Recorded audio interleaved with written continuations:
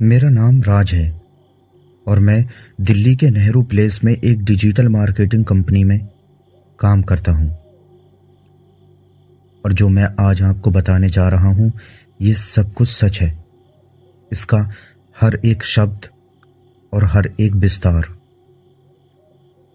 मैं आप तक ये कहानी पहुंचा रहा हूं क्योंकि किसी को तो सच बताना ही होगा।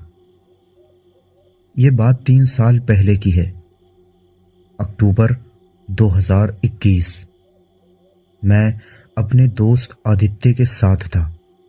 आदित्य मेरे कॉलेज का साथी था, अब डॉक्टर है। हम दोनों ने एक फिल्म शूट देखने का फैसला किया, जो साकेत सिनेमा से एक बार की बात सुनी थी कि कहीं दिल्ली की सीमा के पास मथुरा रोड पर कुछ फिल्म मेकर्स एक हॉरर फिल्म की शूटिंग कर रहे थे। जब हमने ये सुना तो हम एक बस से निकल पड़े और तकरीबन रात के 9 बज रहे थे। बाहर का तापमान ठंडा हो गया था। हवा में एक अलग ही महक थी, जैसे मिट्टी और पुरानेपन की। उस शूटिंग लोकेशन का नाम हमें बाद में पता चला कि वो लोकेशन कब्रिस्तान के पास गैस स्टेशन के पीछे की सड़क, हाँ, असली कब्रिस्तान, जो दिल्ली में मथुरा रोड पर नजदीकियों में दिल्ली गेट के पास है। जब हम उस इलाके में पहुंचे तो आदित्य ने कहा, अरे भैया, ये जगह तो बिल्कुल सुनसान है। और वो बिल्कुल सही कह रहा था, क्योंकि मथुरा रोड का वो सेक्शन गैस स्टेशन के पीछे रात के 10 बजे ही अंधेरा रहता है। सड़क पर सिर्फ 2-3 टूटे हुए लैंप पोस्ट थे और दूर दूर तक कोई नहीं था।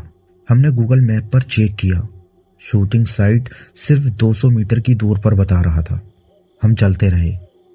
तभी एक पुरानी जर्जर हालत की ईंट की दीवार दिखी, जिसकी ईंटें बिल्कुल लाल थी, पर सब जगह सफेद चूने के निशान, और ऊपर देखते हैं तो बकरियों के सींग दिख रहे थे दीवार पर, सफेद चमकते हुए सींग। मैंने पूछा कि यार आदित्य, ये क्या है? अब आदित्य की सांस तेज हो गई। बोला, भैया, ये तो कब्रिस्तान की दीवार है, क्योंकि हम गलत जगह पर थे। शूटिंग लोकेशन नहीं, बल्कि हम असली कब्रिस्तान के बिल्कुल सामने खड़े थे। मैं डर तो गया, पर मैंने अपनी हिम्मत नहीं तोड़ी और मैंने बोला, अरे चल शूट करते हैं यहाँ से कुछ फोटो को, और यही तो एक परफेक्ट बैकग्राउंड है। आदित्य ने मुझे देखा तो उसकी आंखों में मुझे असली वह दिखाई दे रहा था। आदित्य बोलता है, राज, मुझे नहीं लगता कि यह अच्छा विचार है। चलो यार, वापस चलते हैं। पर मैंने सुना नहीं, क्योंकि मैं पहले से ही अपने फ़ोन का कैमरा निकाल रहा था कि तभी एक आवाज़ आई, एक आदमी की आवाज़। पर वो असली नहीं, एक हिचकी थी जो बहुत ही ज़्यादा कर्राने की थी, और वो आवाज़ दीवार के पीछे से आई। मैंने चिल्लाया, कौन है? लेकिन मेरी आवाज़ सिर्फ हवा में घुल गई। आदित्य ने मेरी बाह पकड़ी और बोला, भैया चल यार, चल यहाँ से। पर तभी मेरे फ़ोन की टॉर्च ने सामने कुछ दिखाया। दीवार के बीच एक रिक्शा पड़ा था, पूरी तरह जला हुआ, जो काला और खोखला था। हम ये सब देखकर वहीं पर रुक गए। आदित्य की आवाज़ कांप रही थी, राज, क्या तू जानता है? मुझे याद आ रहा है कि कुछ महीने पहले एक रिक्शे में 4 लोग जल गए थे। मेरा दिल तेजी से धड़कने लगा। बोलता है, तुझे याद नहीं है कि मथुरा रोड पर एक रिक्शा एक ट्रक से टकरा गया था और उसमें आग लग गई थी। 4 लोग मर गए थे। खबर आई थी ना न्यूज़ चैनल पर। और मुझे ये कोई भी बात याद नहीं थी, क्योंकि मैं याद नहीं रख पाया था। पर अब मुझे लग रहा था कि कुछ बहुत बुरा होने वाला है। तभी हवा में एक गंध आई, जली हुई चीज़ की, पर एकदम पुरानी जैसे मरे हुए शरीर की गंध हो। मैंने टॉर्च सामने की तरफ करी तो दिखता है कि रिक्शे की सीट पर कुछ गहरा घना पदार्थ था, काला रंग, सड़ा हुआ। मैंने फुसफुसाते हुए आदित्य से पूछा, देख आदित्य, वो क्या है? आदित्य ने मेरा हाथ मजबूती से थामा। तभी हमें पीछे से एक आवाज सुनाई दी, बेटा बेटा, तुम यहाँ क्यों आए हो?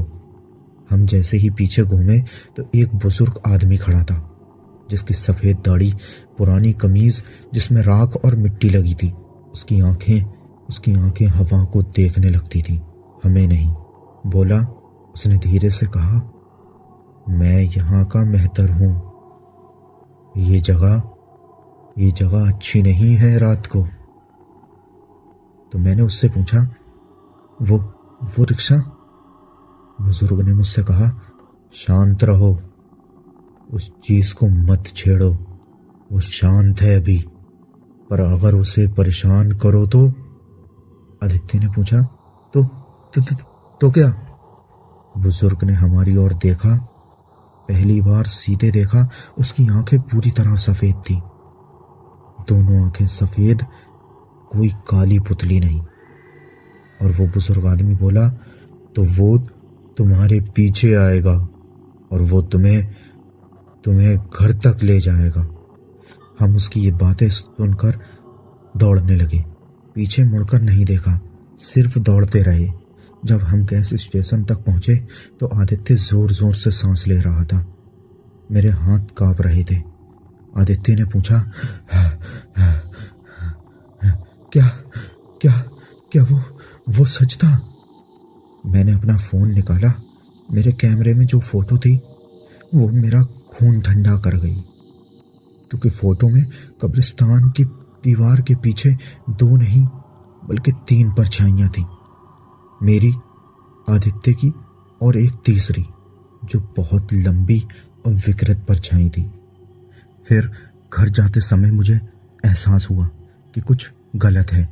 मैंने अपार्टमेंट की दीवार पर देखा तो बिल्कुल सफेद रंग में कोई दाग था, तेल जैसा, सड़ा हुआ। अगले दिन आदित्य ने मुझे कॉल किया। उसकी माँ को बुखार आ गया था। सारे टेस्ट नेगेटिव थे, पर वो हिल नहीं रही थी और डॉक्टर कुछ समझ भी नहीं पा रहे थे। और मेरे साथ भी कुछ होने लगा था। सोते हुए मेरी छाती पर कोई बैठता था। मैं सो नहीं सकता था रात भर। और 3:30 बजे मेरे फोन में किसी का नंबर आता था। कॉल नहीं, सिर्फ नंबर। कोई फोन नहीं करता था। मेरे माता पिता को जब ये सब पता चला तो माँ ने अपनी सहेली को बुलाया, जो एक धार्मिक महिला थी। उसने कहा, तुम्हारे साथ कोई है कब्रिस्तान से। जो ये धार्मिक महिला थी, उनका नाम दीक्षा आंटी था। दीक्षा आंटी ने मुझसे सब कुछ पूछा। फिर उसने कहा कि मैं उस कब्रिस्तान में वापस जाऊं और वहां के मेहतर वो बुजुर्ग से माफी मांगूं। मेरे माता पिता पागल हो गए। नहीं, बिल्कुल नहीं, माँ ने चिल्लाया। पर मेरी हालत दिन ब दिन खराब हो रही थी। मेरे नाखून काले पड़ने लगे थे, मेरी त्वचा सड़ने लगी थी। आदित्य की माँ की पहले ही मृत्यु हो चुकी थी। मैंने जाने का फैसला किया और रात के 11 बजे पिता के साथ मैं उस कब्रिस्तान के गेट तक गया। दीक्षा आंटी भी आई थी, कुछ पुरानी किताबें और तेल साथ लेकर। तभी वो बुजुर्ग, वो मेहतर सामने आ गया। पर इस बार वो अकेला नहीं था। उसके साथ 3 और छाया थे, जली हुई, विकृत, चलती हुई छाया।